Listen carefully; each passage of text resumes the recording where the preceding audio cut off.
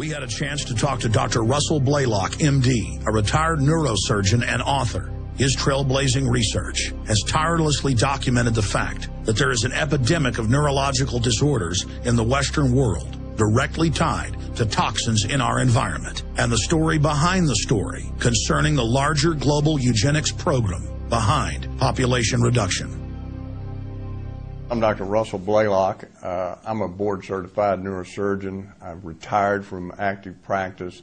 Now I do primarily theoretical research in neurosciences and spend most of my time writing research articles, review articles on neuroscience projects at the present time.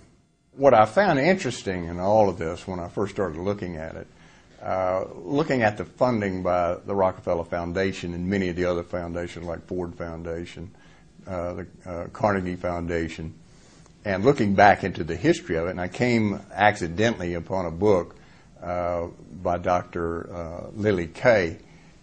She was doing a research project looking at the origins of molecular biology in the United States. And that was primarily my interest, was just reviewing the history of molecular biology. But to my surprise, much of the book describes what was called the Science of Man project by the Rockefeller Foundation. And primarily, and this is in the period about 1910, primarily what he was interested in, and his foundation board, was doing social engineering. They were concerned that society was made of a lot of people they considered undesirables.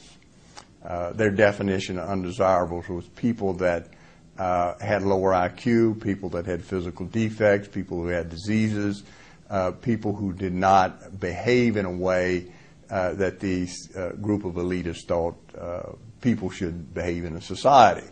So their idea was to use eugenics, which was the primary science at the time, to redevelop man, to create a new type of person. And they coined the term social engineering.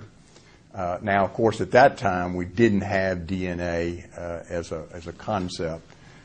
So they were using rather crude genetics to bring this about in the very beginning. So what she shows is the Rockefeller Foundation was really putting a lot of money in this. And in order to do that, he thought, what I'll do is I will fund major universities. And he picked Caltech as one of those universities, and then some in the East like Harvard and Johns Hopkins and Columbia, University of Chicago, as the primary centers where this type of study would be carried out and how to re-engineer human beings to be in the form that they thought humans should be. And gradually, as science began to become more sophisticated, and eugenics began to get a really bad name as the period of Adolf Hitler occurred, and you realize that the Rockefeller eugenicists, before Hitler became well-known in power, they were traveling to Germany and exchanging information on these eugenic programs. So a fair amount of this information came from the Rockefeller Foundation. Of course, after World War II, when the world found out a lot of what was going on in eugenics and the horror of eugenics, most of these programs were abandoned, and the Rockefeller Foundations very quickly said to all their members, let's never use the name eugenics anymore. What we'll talk about is social engineering, the new science of man, behavioralism. So they had these key words that meant basically the same type idea, that is redesigning man and man's behavior and controlling it through elitist ideas, but we would do it through new science. And we would establish major institutions in the United States that would control medical education, through his General Education Board, which was a very powerful foundation regulation of education in America. And so he would appoint professors that would be directors of these programs. He groomed people who believed, like he did, that in fact man should be redesigned. We need this science of man to re-engineer human beings. but do it in a more scientific way than this crude eugenics program that he began with. And what that necessitated was using what was called molecular biology. Well, with the discovery of DNA, this became more sophisticated, in that you could manipulate certain genes and change how the brain functioned.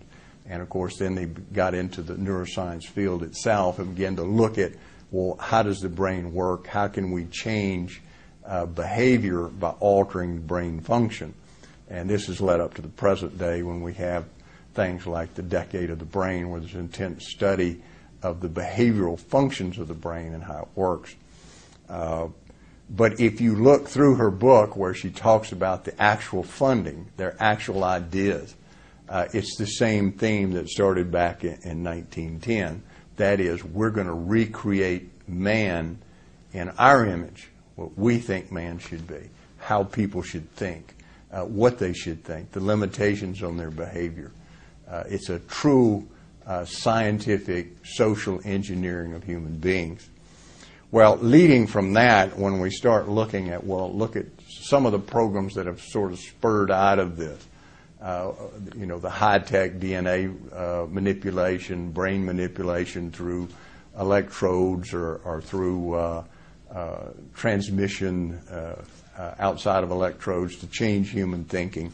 These are the more sophisticated programs that are a little bit more obvious, but then there's things that are less obvious. For instance, fluoridating water. We look at the original justification for fluoridating water back in 1945 when they picked a couple of cities, Grand Rapids, Michigan, and Muskegon. Grand Rapids was going to be fluoridated, Muskegon was not, and they were going to compare and use the idea that fluoride was preventing cavities. So even before the study had been completed, they announced that it was a grand success and that fluoridated water produced a 30 to 60% reduction in cavities. What they didn't say was that in the unfluoridated city, there was a very similar drop in the incidence of cavities as well. And in fact, throughout the entire world, we began to see in the developed world a tremendous fall in the incidence of dental cavities. That had nothing to do with fluoride. What it had to do with was increased intake of calcium, mainly through cheese consumption, and better diets, better oral hygiene. And a number of studies proved that, one of which was conducted by the U.S. Public Health Service. It was one of the largest American studies at the time. They looked at 39,000 school children, in which they looked at the effect of fluoridation versus non-fluoridation, and they found it had no beneficial effect at all. Well, they hid that document so scientists couldn't examine it, and the public and the media would never see it. Well, Dr. Yamagiannis, who was a chemist, filed a Freedom of Information lawsuit, had it released, and then he saw why they wanted to hide it, and that's because it clearly demonstrated fluoride did not reduce cavities. Since that time, there's been a number of studies, one of which included 8 countries, another which included all studies on fluoride, independent studies on fluoride and dental caries for the past 30 years. Another study included 400,000 children in India. All of these studies showed the same thing. Adding fluoride to water did not reduce cavities at all.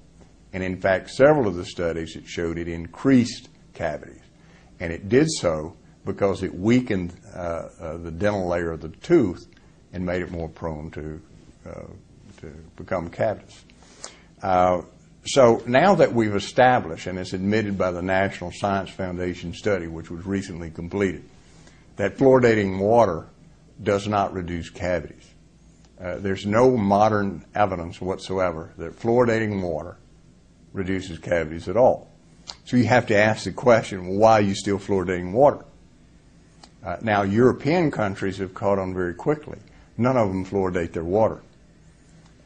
Britain fluoridates about 60% of its water, and it forced fluoridation on Ireland. But the mainland European countries do not fluoridate water, do not allow it.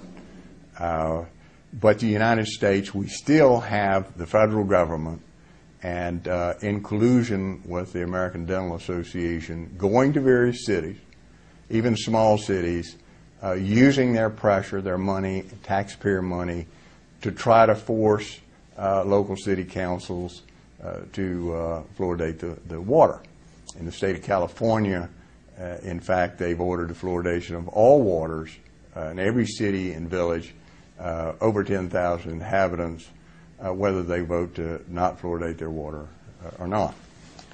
So you have to ask the question, well, now that scientifically we've proven that fluoridating water has no effect on reducing cavities, why is the federal government spending so much money and effort to force fluoridation of the rest of the water supply, and even insisting that bottled water be fluoridated, that no one would have access to unfluoridated water except the elite? Well, if we look at the scientific studies on what is the effect of fluoridation, well, we know fluoridating water through a number of studies, some of which were ordered by the federal government itself in the earlier days, increases cancer risk. Burke and Yamin, two scientists, did one of the largest cancer studies in relationship to fluoridating water supply. They looked at all cities, 10 cities in the eastern part of the United States. And they showed that in fluoridated cities, as compared to unfluoridated, there was a 10% increase in cancer. This was a criticized study, so they repeated it, and they did all cities east of the Mississippi, above 10,000 population, comparing fluoridated and unfluoridated. Now, what they did, they compared the cancer statistics before fluoridation and then 13 to 17 years after fluoridation. Again, they found there was a 10% increase cancer death incidence in the cities that had been fluoridated. Now, when you say cancer death incidence, that means people who died of cancer. You can appreciate there are going to be a lot more people who developed cancer who didn't die. So the actual cancer incidence is much higher. This study was so impressive to some members of Congress, they ordered a study of this link to cancer through the Battelle Research Institute. These studies showed that, number one, it produced a number of types of cancer, one which was a very rare liver cancer, and it significantly increased the growth of cancer in people who already had cancers.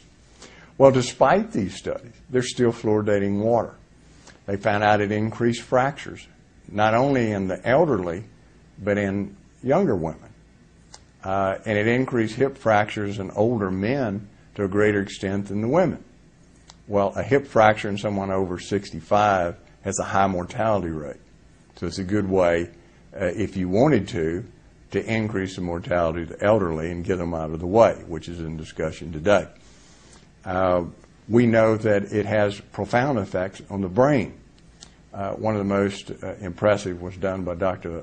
Phyllis Mullenix, who was a highly regarded neurotoxicologist, someone who studies the toxicity of different elements on the brain. Well, she was drafted into doing this when she worked for the Forsyth Dental Research Institute. And she had never worked with fluoride, didn't know a lot about it. Now, I know this firsthand because I've interviewed her and talked with her, and I know her. And she said when she first was going to do the research project to see if fluoridating water had any effect on the brain's function, she thought it would be negative. She didn't think fluoride would have any adverse effects on the brain. She did one of the largest studies that's been done in animals to see the effect of fluoridating water on their brain function. And she used a very innovative modern technique. And in this technique, she used computers to see the behavior of the animal so that it was totally objective. There was no subjective influence by the researcher themselves. That had never been done before, and all this was high-tech equipment. She completed her study, and to her surprise, the fluoride produced two main effects. If you fed the fluoride to a pregnant animal, the offspring then became hyperactive.